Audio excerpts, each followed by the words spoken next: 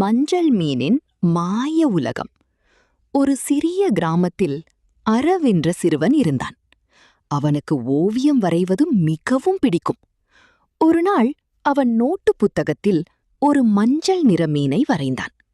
அந்த மீன் சாதாரண மீன் இல்லை. அதற்கு பெரிய கண்கள், சிவப்பு நிற அழகான இறகு, சிரிக்கும் முகம் இருந்தது. அரவ் அந்த மீனுக்கு பெயர் வைத்தான், சுடர் மீன். ஒவ்வொரு நாளும் அவன் அந்த மீனுக்கு புதிய நிறம் தீட்டுவான். ஒரு நாள் இரவு மழை பெய்து கொண்டிருந்தது. அரவ் தூங்கிக் கொண்டிருந்தபோது அந்த ஓவிய மீன் மெதுவாக உயிர் பெற்றது. அது புத்தகத்திலிருந்து வெளியே வந்து மெதுவாக பேச ஆரம்பித்தது. அரவ், நீ எனக்கு உயிர் கொடுத்துட்டே. அரவ் ஆச்சரியப்பட்டான். நீ எப்படி பேசுற என்று கேட்டான். மீன் சிரித்துக்கொண்டு சொன்னது, கற்பனை இருக்கும் இடத்தில் எல்லாமே உயிர் பெறும்.